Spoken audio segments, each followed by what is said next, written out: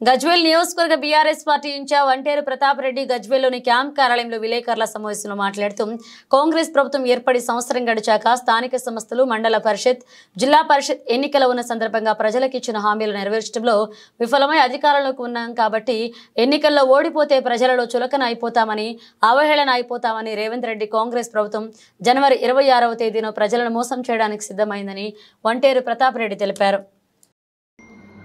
ఈరోజు తెలంగాణ రాష్ట్ర ప్రభుత్వం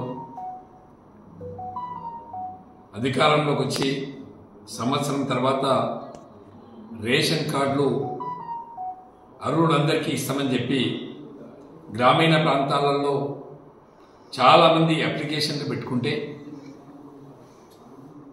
రాష్ట్ర వ్యాప్తంగా 12 లక్షల మందికి అప్లికేషన్ పెట్టుకున్నారు. కానీ రాష్ట్ర ప్రభుత్వం ఇచ్చింది 1 లక్ష లోపే ఇచ్చింది. అంటే 8% ప్రజాపాలనలో తీసుకున్నటువంటి అప్లికేషన్లో 12 లక్షలు పెట్టుకుంటే 1 లక్ష లోపు రేషన్ కార్డు ఇచ్చి చేతులు దుప్పుకునే ప్రయత్నం చేస్తూ ఉంది. అది కూడా గ్రామ పంచాయతీ ఎలక్షన్లు జిల్లా పరిషత్ ఎలక్షన్స్ ఉన్నాయి కాబట్టి ఎలక్షన్లకు భయపడి ఎలక్షన్లకు ఓట్లు వేయరు, అధికారంలోకి ఉండి కూడా ఓడిపోతే ప్రజల్లో అవహేళన అయిపోతుందన్న భయంతో ఈ కార్యక్రమాన్ని పెట్టుకున్నారు. ఇది ప్రజలు ఎవరు నమ్మట్లేదు. మా డిమాండ్ ఏంటంటే మీరు 12 లక్షల ప్రజాపాలనలో తీసుకున్నారు, 12 లక్షల మందికి అప్లికేషన్ ఇవ్వండి, వాళ్ళకి రేషన్ కార్డులు ఇవ్వండి. అదే కాకుండా రాష్ట్ర వ్యాప్తంగా ఒక 11 లక్షల మందికి పెన్షన్ ఇవ్వాలి. అప్లికేషన్ పెట్టుకొని రెడీగా ఉన్నది మీ దగ్గర.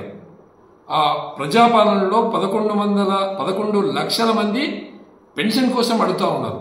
మరి వాటిని కూడా వెంటనే పెన్షన్లు కూడా 11 లక్షల మందికి ఇవ్వాలని చెప్పి డిమాండ్ చేస్తున్నాం. అది కూడా మీరు ఇచ్చిన హామీ ప్రకారం 4,000 రూపాయలు ఓల్డ్ ఏజ్ పెన్షన్ ఇవ్వాలి, 6,000 రూపాయలు హ్యాండిక్యాప్ పెన్షన్ ఇవ్వాలి.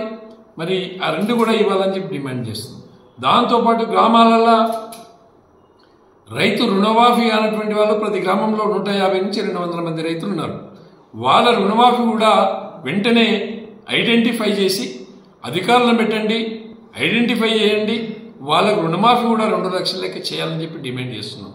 ఇవన్నీ లేకుండా మీరు గ్రామాలలోకి వస్తే రుణమాఫీ అనేటువంటి రైతులు, రేషన్ కార్డు రానటువంటి కుటుంబాలు, పెన్షన్ రానటువంటి మహిళలు, వీళ్ళందరూ కూడా మిమ్మల్ని బట్టలు చింపి ఊళ్ళకి రానియని చెప్పి కూడా ఈ సందర్భంగా నేను హెచ్చరిస్తున్నా.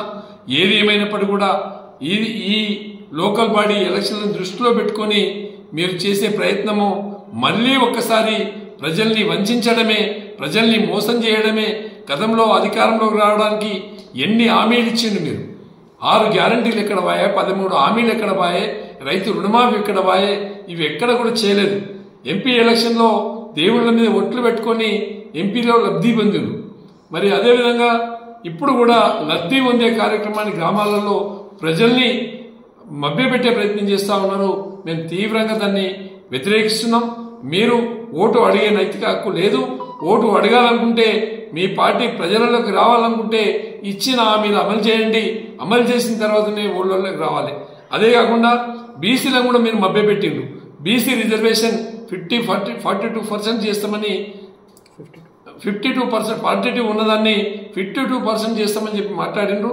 దాన్ని కూడా 52% బీసీకి చేయాలి. అది సాధ్యమా అసాధ్యమా అని ప్రక్కన పెట్టేసేసి ఎలక్షన్లలో ఓట్లు దండుకోవడానికి మాట్లాడిండ్రు. ఇలా ప్రజలు మిమ్మల్ని గ్రామాలకు వచ్చినప్పుడు తప్పకుండా నిలబెడతారు, నిలదీస్తారు, తరిమి కొడతారని చెప్పి సందర్భంగా హెచ్చరిస్తున్నాం.